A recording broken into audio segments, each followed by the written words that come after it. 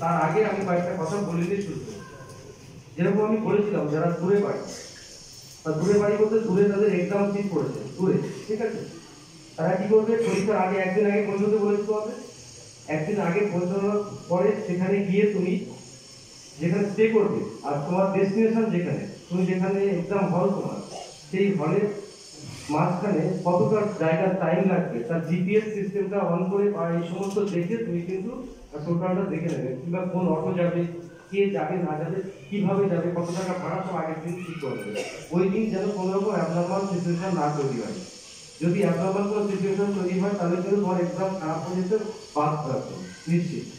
আর আমি এই প্রসঙ্গেই বলি যে আমাদের অ্যাকচুয়ালি যে এক্সামটা দিতে যাবো, এই এক্সামটা সম্পর্কে আমাদের সম্পূর্ণ ধারণা আছে সব মানুষের, প্রত্যেকেই। আমরা এই এক্সামটা চান্স পেতে যাবো, এত মানুষ আমরা এখানে রয়েছি আজকে, তাই কিন্তু প্রত্যেকেই আমরা এই এক্সামটা ক্র্যাশ করবো, এটাই আমাদের টার্গেট সেটা। আর এই এক্সামটা আমাদের হবে, এটা ধরে নিয়ে যেতে হবে আমাদের, কারণ এই এক্সামটা আমাদের রেঞ্জের মধ্যে একটা সব থেকে সহজতম চাকরি। এই চাকরি আমাদের পেতেই হবে, এই হবে পেতেই হবে। তো পাওয়ার জন্য যে যে প্ল্যানগুলো সেটা আমি বলছি পর পর তোমাদেরকে। তো প্রথমে যেটা বলি, দেখো তোমরা ছোটবেলা থেকে বড় হয়েছো তো, বড় আমি আমি যদি তোমাকে বলি যে সামনের পরীক্ষাটা কত ঘন্টা পরীক্ষা হবে, তোমরা একটা অ্যানসার করো, সবাই মিলে বলো কত ঘন্টা পরীক্ষা। 2.5 মানে 2.5 ঘন্টার এক্সাম আছে, তাই তো? একদম নিশ্চিত। তাহলে আমি বলবো যে এই 2.5 ঘন্টার এক্সামে যদি আমি চাকরি পাই, তাহলে সারা জীবনের মূলধন আমার নিয়োগ করা হবে 2.5 ঘন্টার পেছনে। তো আমি এক্স্যাক্টলি সেই কথাই বলছি, যদি 2.5 ঘন্টা যদি আমি ঠিক মতো আমার ব্রেনটাকে কাজে না লাগাতে পারি, তাহলে কিন্তু পুরো জীবনটা বিফল। বিফল ইন দ্য সেন্স, জীবন কোনোদিনও বিফল হয় না, শুধুমাত্র বিফল হয় এই টার্গেটটা বিফল। আমরা টার্গেট বিফল হওয়ার জন্য তো আসিনি এখানে। তো আজকে সেই সিদ্ধান্তই আমরা নেব, যে সিদ্ধান্ত একদম ফলপ্রসূ সিদ্ধান্ত। আমি চাইবো প্রত্যেকটা মুহূর্ত এই এক্সামে যেন কোনো রকম অ্যাবনর্মাল সিচুয়েশন না ক্রিয়েট হয়। তোমরা তো চাও ওটা। সুতরাং অটোওয়ালা যদি তোমার 30 টাকার ভাড়া যদি 150 টাকা নিয়ে নেয়, তখন দেখবে তার জন্য তোমার মনটা খারাপ হয়ে যাবে, যে আমাকে বেশি নিল ওই পরীক্ষা হলে।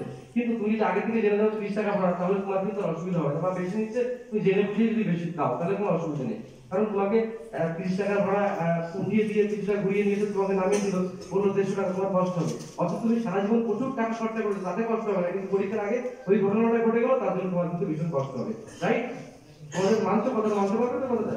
তো আমি ওই দিন এমন কিছু সিস্টেমে থাকবো যেন কোনো রকম অ্যাবনর্মাল সিচুয়েশন না তৈরি হয়। টোটালটা কিন্তু আমরা মানবো যে আমাদের কাজের জন্য যাবো, এবং সারা জীবনের উপার্জনটুকু ওই শক্তিটুকুর মধ্যে লাগাবো, ওই কাজটুকু লাগাবো। তো তার জন্য প্ল্যানগুলো এরকম ভাবে রেডি করো, কোনো সময় হেজিটেট থাকবে না। যাওয়ার আগে সমস্ত ব্যাগপত্রগুলো তুমি গুছিয়ে নেবে, এবং ব্যাগপত্রের মধ্যে তোমার যেসব ডকুমেন্টসগুলো নেওয়ার দরকার, আধার কার্ড থেকে শুরু করে যাবতীয় যে ডকুমেন্টস তোমার নেওয়ার দরকার, সব ডকুমেন্টসগুলো তুমি নেবে, ঠিক আছে? এবং তোমার যে জামা কাপড় নেওয়ার দরকার তুমি সবটাই নেবে। আমি আগের দিন তোমাদের হয়তো বলছিলাম যে যেরকম একটা ছোট্ট ব্যাপার, সব মানে একটা মোজা এক জোড়ার জায়গায় 2 জোড়া নিয়ে যাবে। কেন নিয়ে যাবে? কারণ মোজা বাজে স্মেল করে, ওটা দিয়ে তার জন্য প্রবলেম হয়, এগুলো হয়। কিন্তু তোমার ভাবতে হয় ব্যাপারগুলো, অথচ এটা তোমার মেন্টালি তোমার ডিসএবিলিটি আসতে পারে। তুমি একটা কাজ করো, টোটাল এখন থেকে যা করবে প্ল্যানটা আগে হয়ে যাবে। তার মধ্যে বলে রাখি পড়ার ধরনটুকু কি হবে। এর মধ্যে যেরকম পড়ার ধরন যেটুকু হবে, একদম ফাইনালি বলছি আমি, যে তুমি এখন সব সাবজেক্ট পড়তে হবে। তোমার কাছে যত রকম মানে সিস্টেম রয়েছে, সব সাবজেক্ট তোমাকে পড়তে হবে, ভালো করে পড়তে হবে। কিরকম ভাবে পড়তে হবে? তুমি যখন পড়তে শুরু করছো, এখন কোনো ম্যাথ রিজনিং করছো, আমি তোমাকে আগের দিন বলছিলাম যে 2টো লুসিটের কথা বলছিলাম, আজকে বলছি এবার একটা কাজ করো, সেটার দিকে চলে এসেছি, একটা লুসিট নিয়ে ডান দিকে বসো, ডান দিকে রেখে দাও। আর বাকিতে তুমি যখন পড়ছো, তোমার বইপত্র, তোমার নোটপত্র যা আছে তার থেকে যখন পড়ছো, খাতা থেকে পড়ছো, যে ফর্মুলাটা তোমার মনে হচ্ছে যে এই ফর্মুলাটা আমার আসতে পারে বা ইম্পর্টেন্ট, সেই ফর্মুলাটা কি করবে, সেই ফর্মুলাটা তুমি কিন্তু মানে ওখানে ডান দিকে লিখে নাও। লিখতে তোমার অর্ধেক মুখস্থ হয়ে যাবে। এবার কেন লিখতে বলছি তার পরে কারণ আমি তোমাকে আর একটু এক্সপ্লেন করে পরে বলছি। তো লিখতে তুমি পারফর্ম করতে যাচ্ছ, জিকে তুমি ওটাতে ম্যাথ রিজনিং আলাদা করে রাখবে না। ওটাতে জিকে হতে পারে, কারেন্ট অ্যাফেয়ার্স হতে পারে, যা সিলেবাসের মধ্যে আমাদের আছে, ইঞ্জিনিয়ারিং ড্রয়িং হতে পারে, যা আছে মানে টোটাল সিস্টেমটা ওর মধ্যে যে মনে করো কোনো একটা ফর্মুলা পারছো না, সেটা লিখে রাখো। ওই লিখে রাখার উদ্দেশ্য হচ্ছে তুমি কোথাও মনে করো বেড়াতে আসছো, তুমি মনে করো কোথাও গেছো, তুমি কোথাও বাইরে যাচ্ছো, তখন তুমি কি করবো, ওটাকে সাথে নিয়ে যাবে, নিয়ে তুমি রাস্তাঘাটে ওটা দেখতে পাবে, দেখতে মানে ফর্মুলাগুলো মনে হবে। আপনারা তুমি যদি এক্সাম দিতে যাচ্ছ, তুমি এক্সামের এক্সট্রিম এন্ড অবধি তোমাকে বইপত্র কিছু নিয়ে যেতে ব্যাগ রেখে দিতে হবে, কিন্তু ওই পেপারটা তোমার হাতে রেখে যখন তোমার এক্সট্রিম এন্ড দিকে ডাস্টবিন যেটা পাবে, এক্সট্রিম এন্ড ডাস্টবিন যেটা, সেখানে ওটা ফেলে দেবে। এবার তোমার যদি মনে হয় যে ওটা খুব ইম্পর্টেন্ট পেপার, তাহলে তুমি আগের দিন মোবাইলের পিকচারটা তুলে রাখতে পারো ওখানে, কি বললাম বুঝতে পারলো? পরবর্তী এক্সামও কাজে লাগবে তোমার, কারণ সামনে তো জুনিয়র ইয়ার এসব এক্সামগুলো রয়েছে, তো কাজে লাগবে। তাহলে এই প্ল্যানটা করবে, ওই আসলে লেখার উদ্দেশ্য কি, এবার লিখতে লিখতে অনেকটা মুখস্থ করে ফেলতে হবে, ঠিক আছে? এই সমস্তগুলো ট্র্যাক ব্যাপার। আমি তারপরে পরীক্ষার পড়ার প্ল্যানগুলো বলছি। এবার পার্ট এর সম্পর্কে যদি আমি চলে যাই, তাহলে কি রকম হবে, কিরকম ভাবে পরীক্ষার হলটুকু আমি মানে কভার করবো, সেটা একবার তোমাদেরকে বলি। এক্সাম হল, আমি বারবার বলছি, এই 2.5 ঘন্টায় কিন্তু জীবনের একদম সেই মানে সব থেকে সর্বোৎকৃষ্ট মানে টাইম। আর সব থেকে বড় কথা, তোমরা যারা রয়েছো, তোমরা কিন্তু সবাই ফার্স্ট টার্ম কমপ্লিট করে ফেলেছো, সেকেন্ড ফেজের জন্য তোমাদের গেছো, মানে তোমরা একটা স্টেজ অলরেডি কমপ্লিট করে ফেলেছো। এই স্টেজের পরে সেকেন্ড স্টেজ, তারপরে স্টেজগুলো তোমাদের জানা আছে, সেগুলো নিয়ে আমি এখন আলোচনা করা একদম উচিত নয়। এখন সামনের স্টেজটা বলি, তারপরে কাট মার্কের ব্যাপারগুলো বলবো, কাট অফ মার্ক সব বলবো। তো এই স্টেজে তুমি যখন ইন করলে পরীক্ষার হলে, তখন তোমার একটা মনের মধ্যে কিন্তু একটা অত্যন্ত একটা সিস্টেম এমন থাকবে যে তুমি পুরোপুরি একটা সাবলীল একজন মানুষের মতো তুমি রয়েছে। তোমার মধ্যে কোনো টেনশন নেই, তুমি দরকার হলে মোবাইল আগের দিন থেকে মানে ওই দিন সকাল থেকে মোবাইল ফোন অফ করে রাখো। তুমি পরীক্ষার আমি বলেছি, যারা দূরে সিট পড়েছে তারা যাওয়ার সময় তোমরা কিন্তু এমন কোনো মানুষের সঙ্গে খুব বেশি কথা বলো না, কারণ তুমি এখানে অনেকদিন ধরে পড়ছো, পড়ার ফলে তোমার মধ্যে অনেক অনেক কিছু জেনে গেছে, এবং এক্সাম বা এই কম্পিটিশন সম্পর্কে দেখা গেছে তোমার সমসাময়িক তোমার অনেক কোনো তোমার কাছাকাছি বা তোমার মধ্যে জানে না, ঠিক আছে? সুতরাং তুমি এমন কিছু মানুষের দ্বারা তুমি মোটিভেশন হয়ে না যে তোমার ছুটি হচ্ছে, তোমার ভালো হচ্ছে, বা অমুক বই থেকে কোশ্চেন আসছে, তুমি বই থেকে কোশ্চেন আসছে। তুমি সত্যি করে বলো তো, ফার্স্ট ফেজ যখন এক্সাম হয়েছিল ফার্স্ট সিরিজে, তখন কোন পার্টিকুলার বইকে ফলো করেছিল? সব তো আমি বলবো বই ফলো করেনি, বরং ফলো করেছিল 99 বই ফলো করেছিল, রাইট? কথাটা ঠিক তো? সুতরাং অনেক অনেক গল্প বলবে, কিছু গল্প শোনার দরকার নেই। এখন গল্প শোনা তোমার লাভ নেই, শেষ মুহূর্তে তুমি কিছু চেঞ্জ করতে পারবে না। যতটুকু তুমি পড়ে ফেলেছো ততটুকু তুমি পড়েই ফেলেছো, তাই তো নাকি? সেই জন্য এখন উচিত হবে পরীক্ষা একদম ফ্রেশ মাইন্ডে তোমার করতে হবে, যা হবে। তো এবার পরীক্ষা হলটা কিভাবে কাজে লাগাবো, পার্ট এর এক্সামটা কিভাবে আমি দেবো? পার্ট এর এক্সামটা তো স্কোরেজ এক্সাম। এই পার্ট এতে তুমি যে মার্কস ক্যারি করবে তার 70% মার্কসটা লোকো পয়েন্টের ক্ষেত্রে পরবর্তী সাইকোলজিক্যাল সময় যোগ হয়ে যাবে, যাবে তো? আর যারা টেকনিশিয়ানদের তো এটাই লাস্ট এক্সাম, বোঝা গেল? আর সাথে পার্ট বিটা কি হবে, ওটা কোয়ালিফাইং নেচার, ঠিক আছে? এই কোয়ালিফাইং নেচারের মধ্যে দুটোর মধ্যে যে ডিফারেন্স, একটা মানে ওটা পাস করলে পার্ট বিটা পাস করলে পার্ট এর খাতা দেখা হবে, তাই তো? সিস্টেমটা এরকম, দুটোর ইম্পর্টেন্স আমার সমানভাবে রয়েছে। এবার দেখা যাক পরীক্ষার হল আমি কিভাবে সিস্টেমটাকে চালালাম। পরীক্ষার হলে তুমি যখন ইন করলে, তখন তোমার যার সিস্টেম সবার সিস্টেম, তুমি পাশের জনের সঙ্গে বেশি এক্সট্রা কোনো রকম কথা বলতে যাবে না, কোনো রকম চিন্তা ভাবনা করার দরকার নেই। তুমি প্রথমেই ঢুকে তোমার কম্পিউটারটা যেখানে বসবে, তুমি বসার সিটিং অ্যারেঞ্জমেন্টটা এবং পরীক্ষার যে মনিটর রয়েছে, সেই মনিটর তুমি দেখে নেবে কোনো ডিসব্যালেন্স, কোনো কিছু ডিসঅ্যাপিয়ারেন্স কিছু লাগবে কিনা, কোনো প্রবলেম আছে কিনা তুমি একবার ভালো করে দেখো, ঠিক আছে? তোমার কোনো রকম অসুবিধা আছে কিনা দেখে নেবে, যদি থাকে সঙ্গে সঙ্গে ইনভেস্টিগেটর থাকবেন, তার কাছে উনি তুমি গিয়ে তুমি একবার কোয়ারি করে বলো যে স্যার এই প্রবলেম আছে, তুমি সঙ্গে সঙ্গে ওটাকে ঠিক করে দিতে পারবে, বারবার জানিয়ে রাখতে কিন্তু। আর এক্সট্রা কেরামতি কেউ করবে না কম্পিউটার নিয়ে, কারণ যখন তখন কম্পিউটার সেটআপ নষ্ট হতে পারে, তোমরা জানো এগুলো তোমাদের প্র্যাকটিক্যাল নলেজ আছে। সম্পূর্ণভাবে একটা কথা বলি, তোমরা প্রত্যেকে এখানে সিবিটি 1 ক্লিয়ার করেই তো সিবিটি 2 দিতে যাচ্ছ, সুতরাং প্রত্যেকের একটা এক্সপেরিয়েন্স আছে যে আমি ওখানে কি ভুল করেছিলাম, আর তার থেকে শিক্ষা নেবো। তার থেকে যদি শিক্ষা না নিতে পারি, তাহলে আমার শ্রমটা পুরো সার্থক হয়ে যাবে, মানে অনর্থক হয়ে যাবে বলবো। তো সেই অ্যাঙ্গেল থেকে বলছি, পরীক্ষার হলে ইন করলে ফার্স্ট পার্টটা হচ্ছে তোমাকে মার্কস তুলতে হবে। এই পার্টের সিস্টেমটা কিরকম ভাবে তোমাদেরকে একবার বলবো। এই পার্টের মার্কস বেশি তুলতে হবে, মন দিয়ে শুনবে সবাই কথাগুলো। মার্কস পার্ট কিভাবে বেশি তুলতে হবে দেখো তুমি। এবার পার্ট বি প্ল্যানটা আমি আবার আলাদা করে বলবো, পার্ট এর প্ল্যান বলার পরে বি প্ল্যানটা আলাদা করবো। পার্ট এর প্ল্যানে তোমার উচিত হবে তুমি শুরুটা যেভাবে করবে, শুরুটা করবে দেখবে আরআরবির একটা মানে সিস্টেম চালু আছে তোমাদের বাড়িতে। সবার আগের বছরে মানে আগের হয়ে যাওয়া কোশ্চেন পেপার প্রত্যেকের বাড়ি আছে তো, এসব না আছে, অনেকের আছে অনেকের নেই, তো মনে আছে তো অনেকের নাকি? সেখানে থেকে কোশ্চেন গুলো যা এসেছিল, ম্যাথ আর রিজনিংটা প্রথমেই বেশি দিয়েছিল কি ভাই? দিয়েছিল তো নাকি? আর আমি একটা কথা বলি, বড় বড় কোশ্চেন গুলো প্রথমে দিয়েছিল কি, এটা মনে পড়ছে? সবাই বলো তো, এর জন্য এটা মনে করে দিয়েছিল। এটা কারণ কি? বেশিরভাগ মানুষকে এটা দিয়েছিল 90%। কারণ তুমি যাতে ওই বড় বড় কোশ্চেন গুলো দেখে আগে তোমার ব্রেনটা কাজ করুক না করুক, তারা তুমি বুঝবে আর কি। কাজ না করলে তুমি যোগ্য না, কাজ করলে তুমি যোগ্য। সেই জন্য তোমার উচিত হবে প্রথমে তুমি যখন পার্ট দিয়ে শুরু করলে, টোটাল টাইমটাকে দুটো ভাগে ভাগ করে দেবে। কটা ভাগে ভাগ করবে? টোটাল টাইমটাকে দুটো ভাগে ভাগ করবে, কারণ 1 ঘন্টা 30 মিনিটের টাইম তো। এখানে যত এক্সাম নেওয়া, কত মিনিটে এক্সাম নেওয়া হয়? 1 ঘন্টা 20 মিনিটে নেওয়া, 10 মিনিট আমাদের হাতে সাবস্ক্রাইব করে আমরা এক্সাম দিয়েছি।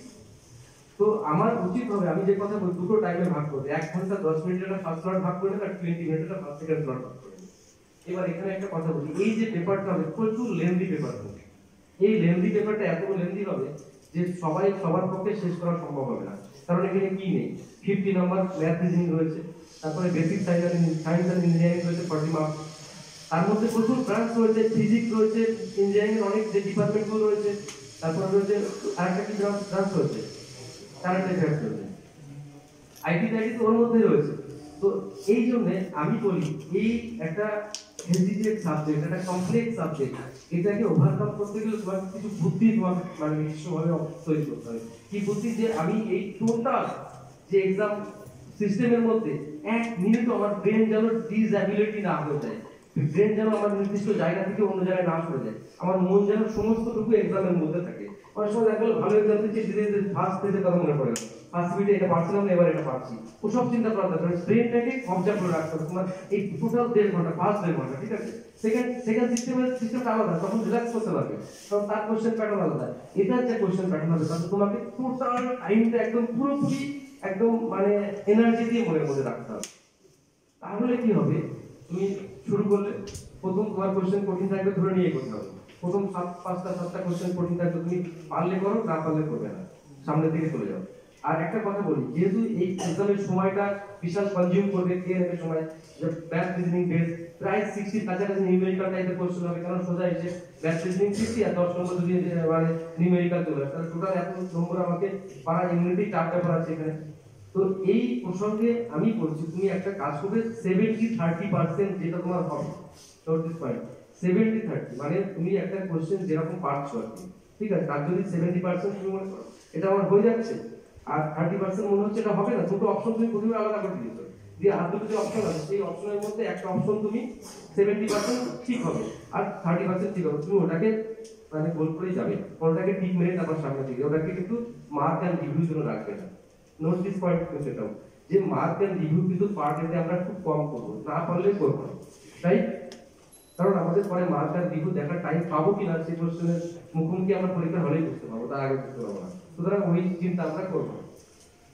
তো পার্ট শুরু করে কোর্স মানে মোটামুটি তুমি চেষ্টা করলে যে যতটা বেশি এগোনো যাচ্ছে এবং 30% যেটা হচ্ছে না সেটা ছেড়ে চলে যাও, তারপর কিছু কোশ্চেনকে এড়িয়ে যাবে। কিরকম কোশ্চেন এড়িয়ে যাবে, নিউমেরিক্যাল কিছু কোশ্চেন এড়িয়ে যাবে, যে কোশ্চেনগুলোতে ক্যালকুলেশন খুব বড় বড় থাকবে, এবং ক্যালকুলেশন করার পরে দেখি আমরা বেশিরভাগই ভুল করি, মানে প্লাস মাইনাস ইনটু ডিভাইডেড এইসবে বেশি ভুল করি। একটা বড় ম্যাথ করে ফেলছি, অথচ ওই ক্যালকুলেশনটা করতে গেলে হচ্ছে না। এখন যদি বড় ক্যালকুলেশন কোথাও সামনে চলে আসে না, দেখি সেটাকে একটু এড়িয়ে চলে যাবে, ঠিক আছে। এটা এড়িয়ে চলে মানে কি, তারপর যদি সহজ হয়ে যেতে পারে না, হলে কি করবে, ওটা পরের জন্য রেখে দেবে, তাহলে ওটা বাদ চলে যাবে, কি আছে সব কোশ্চেন আমাকে অ্যান্সার করে আসবে এমন কোথাও লেখা নেই, ঠিক আছে।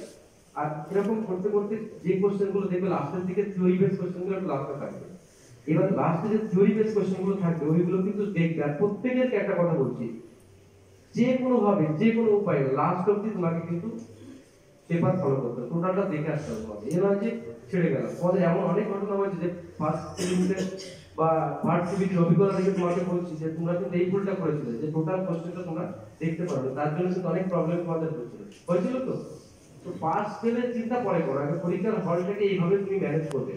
এবার বললাম মোটামুটি 1 থেকে 1 ঘন্টা 10 মিনিট তুমি ফার্স্ট ফেল হিসেবে নিয়ে নিবে, যতগুলো পারলে। যদি তুমি এবার বুঝে যাবো, এবার যা পারছো কাউন্ট হয়ে যাচ্ছে, ডান দিকে যে বক্সে তুমি দেখতে পাচ্ছ, যদি তোমার কাউন্টিং বক্সে গিয়ে দেখো যে তুমি মোটামুটি 50-60 আনসার করে ফেলেছো, তুমি একদম চাপলেস মানে প্রেশারলেস হয়ে যাবে তুমি। কেননা তারপরে তুমি ধীরে ধীরে বা একটু ধীর মানে কি একটা স্টেপ বাই স্টেপ বাকিগুলো তুমি করতে থাকো, যেগুলো পারবে করে চলে যাবে, এবং যত বেশি পারবে করতে পারো। আর আমি সেই রকম স্টুডেন্টদের জন্য বলছি, সব কিন্তু আমার ব্যক্তিগত অভিনিয়ম বলছি এখানে, যাবো আমার ব্যক্তিগত চিন্তা ভাবনা থেকেই বলছি। এবার সবার চিন্তা ভাবনা যে এরকম ম্যাথস করে তা না। তো সেকেন্ড ওপিনিয়ন, যারা মনে করো 40 নিচে অ্যান্সার করে ফেলেছে তার মধ্যে, ঠিক আছে, তাদের কিন্তু আমি বলে রাখি, তুমি সব কোশ্চেনগুলো করতে করতে এসেছিলে, তুমি বুঝেও নিয়েছিলে যে কোন জায়গার কোশ্চেনগুলো তুমি পারবে বা পারবে না, তুমি আবার সেখানে ব্যাকে গিয়ে না সেইগুলোকে, যেগুলো ম্যাক্সিমাম 50-50 তোমার হবে, কি বললাম বুঝতে পারলে, 50-50 রেশিও দিতে হবে। মনে করো 4টে অপশনের মধ্যে 2টো অপশন তুমি অ্যাভয়েড করে দিলে, আর থাকলো 2টো অপশন, সেই অপশনের মধ্যে তুমি যদি পারো তাহলে তুমি একটা কাজ করবে, তুমি সেটাকে তুমি ক্লিক করে দাও, কারণ তোমার নাম্বার অফ কোশ্চেনটা তো বাড়াতে হবে একটু, বুঝতে পারলে তো। সেই জন্য তুমি কি করবে, তুমি একটু মানে ওই 50-50 কাজগুলো তুমি একটু কভার করতে থাকবে, তাহলে তোমার টোটাল নাম্বার কিন্তু কমে যাবে। এমন কিন্তু করবে না, অনেকে খুব বোকার মতো কাজ করেছিল, ফার্স্ট কি করেছিল অনেকে, অনেকে 30-এ পাস, আমি 32টা করে এলাম স্যার, 32টাতে আমার হয়ে যাবে, কিন্তু দেখা গেল 32-এর মধ্যে 3টে কোশ্চেন তো ভুল হতে পারে, 3টে কোশ্চেন ভুল হলে তোমার মার্কস দেখা গেল 4 নম্বর কমে গেল, তাহলে তোমার নাম্বার দাঁড়িয়ে গেল 28, এখন তুমি 30 থেকে 2। এবার তুমি এটা হাসির কথা না বললে না, তুমি সরকার তখন 2 টাকা চাল ডাল দেবে, তার জন্য তুমি ভরসা করে বসে থাকবে? সরকারে বোঝায় ব্যাপারটা, তখন নর্মালাইজিং হবে, তার আশায় কি তুমি বসে থাকবে? তো বলো সবাই বলে এটাকে বসে থাকতে পারবে? নর্মালাইজিং আমি 2 টাকা চালের আশায় আমি বসে থাকবো না, আমি কিন্তু আমার ক্যারিশমা দিয়ে পাশের জায়গাটা আমি যেতে চাবো। এবার বলি, আর তার থেকে বড় কথা একদম এতটাই ট্রাই করতে হবে ফার্স্ট পার্টটা, যে ফার্স্ট পার্টে ট্রাই করার মধ্যে কোনো রকম গাফিলতি রাখা যাবে না, কারণ এই পার্টের মুখ্য ভূমিকা তোমার টপ টু বটম ইয়াটা, ঠিক আছে? তো যতটা বেটার পারফর্ম করা যায় পার্টে, ততটা বেটার পারফর্ম করে কিন্তু পার্টেরটাকে তোমাকে কভার করতে উপরে দিকে তুলতে হবে। পার্টের পজিশন নিয়ে কোনো কথা হবে না, পার্টেটা খুব ইম্পর্টেন্ট হয়ে যাচ্ছে, কারণ নাম্বার তোলার ক্ষেত্রে, ঠিক আছে? এবং কি বলবো মানে টেস্ট মানে তোমাকে টপ টু বটম যখনই থাকবে তোমাকে ছাঁটাই করার পক্ষে নাম পার্টেটাই তো মুখ্য ভূমিকা। তো পার্টের প্রত্যেকটা চেষ্টা করবে, আর চেষ্টা করার মধ্যে যে ম্যাথগুলো দেখবে একটু কঠিন কঠিন ম্যাথ আছে, রিজনিং গুলো যদি মনে হয় যে একটু কঠিন কঠিন রিজনিং আছে, সেগুলো একদম নিঃসন্দেহে একটু করে ওগুলো এড়িয়ে যাও, ওগুলোকে বাইপাস করে যাও, ওগুলোকে পরে করো। তার বাদগুলো দেখবে প্রচুর আছে, আর কিছু দেখবে ওই টাইপের কোশ্চেনগুলো ছাড়বে না, যেটা মিররিং, ঠিক আছে? যেরকম তোমার স্টেটমেন্ট কনক্লুশন, যারা স্টেটমেন্ট আর্গুমেন্ট, এগুলো তোমরা ছাড়তে চাইবে না। কেন ছাড়তে চাইবে না? কারণ এই কোশ্চেনগুলো দেখবে এর কোনো ক্যালকুলেশন তো নেই, এগুলো সম্ভাবনা নেই, যদি তুমি বোঝো ওগুলো করে দেবে, দেখো হয়ে যেতে পারবে, ঠিক আছে? এই সব মিলিয়ে পার্টের মুখ্য যে ভূমিকা, এটাকে তোমরা কিন্তু খুব ভালো করে পালন করবে। কারণ যদি তুমি বেশি মার্কস তুলতে চাও, পার্ট এটা কিন্তু প্রাকৃতিক করতে হবে। পার্ট এর মধ্যে সব থেকে বড় কথা মন সংযোগের ব্যাপারে আমি আগের দিন কথা বলেছিলাম, মন সংযোগ যেন একটু মানে বিচ্যুতি ডেভিয়েশন না ঘটে, যে কোনো ভাবে তোমার মাইন্ডকে সেট আপ করতে হবে। যদি সেট আপ মাইন্ডকে না করতে পারো, তাহলে কিন্তু তুমি হেরে যাবে এই যুদ্ধে। আমি বলছি এই যুদ্ধে হেরে গেলে তোমার বিরাট ক্ষতি হয়ে যাবে, কিন্তু আমি মনে করি এই যুদ্ধে জেতার জন্য আমাদের জেতাটাই কাম হয়, আর জেতার জন্য আমরা লড়েছি। আমি সেই আগে কি কথা বলছিলাম, যে আমি শুধু এই 2.5 ঘন্টার জন্য এই লাইফে যত কিছু করেছি এর জন্য করেছি। আমি তাই তোমাকে সেটাই আমি বুঝিয়ে বলছি, যে তোমার বাবা মা সেই ছোটবেলা থেকে তোমাকে স্কুলে পাঠিয়েছে, তোমার তুমি এত টাকা পয়সা খরচা করে, দেখো আমারও কিছু কথা মনে পড়ে। আমরা যখন পড়াশোনা করতাম তখন আমি সাইকেলে টিউশনে যেতাম, তখন কি করতাম, সাইকেল টিউশনে যাওয়ার সময় এতটাই ঠান্ডা লাগতো, মানে মজা তো দূরের কথা, হাত মোজা দিলেও কোনো কাজ করা, মনে হচ্ছে এগোতে পারছি না, যেতে পারছি না, এরকম পরিস্থিতি হতো। তো সেই পরিস্থিতিতেও কিন্তু আমরা তখন সেই কষ্টটা আমার যখন ফিল হয়েছে, তখন তোমাদের মধ্যেও সেটা আমি বুঝতে পারি। তো এত কষ্ট করে তোমরা রোজ এখানে মানে অনেকদিন এখানে পড়াশোনা করছো, অনেক সকালে ঘুম থেকে উঠে তোমরা এসেছো এখানে, তো সেই টোটাল দিনটা কিন্তু টোটাল সামেশন হচ্ছে এটা। এই সামেশনটাকে আমি হালকাভাবে কেন দেখবো? কারণ কি এটা অধিকার আছে যেটাকে হালকাভাবে দেখার? আমার অন্তত এই অধিকারটা নেই, তোমাদেরকে কোনোভাবে হালকাভাবে দেখানোর অধিকার নেই। তার জন্য আমি চাই এই পার্ট এর এক্সাম একদম তোমার তরফ থেকে সব থেকে যেটা বেটার হবে সেটা তুমি প্ল্যান করবে, এবং কোনো কিছুর জন্য পার্টের এক্সাম যেন নয়। তোমার বাড়ি থেকে ফোন, আমি বলছি আগে থেকে ফোন করার আগে তুমি বাড়ি থেকে ফোন করবে সকালবেলা, যে মা আমি এক্সামে ঢুকবো, আমি সাইলেন্ট মোডে দাও, দরকার হলে একদম ফোন তুমি এয়ারপ্লেন মোডে রেখে দাও, ঠিক আছে? ফ্লাইট মোডে রেখে দাও, ডাক্তার কি হবে, তোমার কাছে ফোন আসবে, দরকার নেই বড় ফোন আসবে। আশেপাশে যদি তোমার মনে করে এমন হতে পারে তোমার কোনো বন্ধু ভালোবেসে তোমাকে একটা খবর দিল, কি খবর দিল, যে ভাই আরে আমাদের বাড়ির পাশে মারা গেছে, তোমার দেখা গেল তুমি তাকে দাম করে তুমি যেতে পারবে না, পারবে কি বলো? যেতে পারবে, তাহলে তুমি সেই খবরটা শুনেও তোমার লাভ নেই, যে গেছে যাবে মারা, ওই দিকটা শুনে কোনো কথা নেই, আসতে পারো আমার থেকে, তুমি যে মারা গেছে সে যাচ্ছে, কিন্তু তোমার জীবনটা তুমি এখানে সিনেমিটি কেন ফেলবে? কারণ তুমি যদি নাই যাও তাহলে তোমার কষ্ট হবে না, আর যদি জেনে যাও তাহলে তোমার কিন্তু কষ্ট হবে। আমি তোমাদেরকে এই প্রশ্নকে একটা জাস্ট একটা কথা বলে নিই, আমি সেটার নাম ভুলে যাচ্ছি, মানে নবদ্বীপ থেকে একটা ছিল, আমি তোমাদেরকে বলেছি একবার, ঠিক এর আগে লোক পাইলট প্রসাদ বাগচি, রাইট, প্রসাদ বাগচি, কেউ চেনো প্রসাদ বাগচি? চেনো হাত তোলা, তাহলে আমার সুবিধা, কে কে চেনো প্রসাদ বাগচি? তুমি চেনো? একদম ক্লিয়ারলি চেনো তো? প্রশ্ন সম্পর্কে আমি বলতে একদম সত্যি ঘটনা বলতে আমার সুবিধা হবে, ও যেহেতু চেনে। আমি ঘটনাটা বলছি, ঘটনাটা এরকম, প্রসাদ বাগচি সাইকোলজিক্যাল, আমি আগে কোনো বাদ দিচ্ছি, সাইকোলজিক্যাল টেস্টে চান্স পাওয়ার পরে যেদিন সাইকোলজিক্যাল টেস্ট, সেদিন রাতে ও বাবা মারা, আগের দিন রাতে ওর বাবা মারা, পরের দিন সাইকোলজিক্যাল টেস্ট, কি করে যাবে, ও হয়তো শুনে থাকবে ব্যাপারগুলো। তো বাবা মারা গেছে সাইকোলজিক্যাল আগের দিন, কি করবে, মানে একটা বিরাট সিচুয়েশন তৈরি হয়েছে। এই সিচুয়েশনে মানে বিচার করতে পারছে না, কি করবে? আমাকে ফোন করেছে সকালবেলা উঠে, তার আগে ওর কোনো বন্ধু আমাকে আগে ইনফর্ম দিচ্ছে, আমি যেহেতু জেনে গেছি আগে, কিন্তু আমি ওর কোর্টে বল ফেলে আমি বলছি, বাবু তুই কি করবি বল।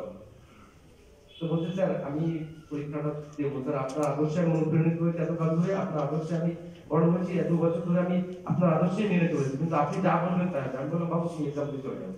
আমি তার আগে শুনে নিয়েছি, এক্সাম দিতে গেছি, ওই অবস্থায় প্র্যাকটিস তো দূরের কথা, ওই মাইন্ডে ওর মনের চোট কিন্তু ওর বাবাই মনের চোট নিয়েছে আমি করবো না, হলে সংখ্যাটা পুরো বেশি হয়েছে। সাধারণ ফ্যামিলি, তাই তো নাকি? একদম সাধারণ ডিপ্লোমা, ইলেকট্রিক্যাল না মেকানিক্যাল ডিপ্লোমা, ইলেকট্রিক্যাল ডিপ্লোমা, জানি ওটা কোথায়।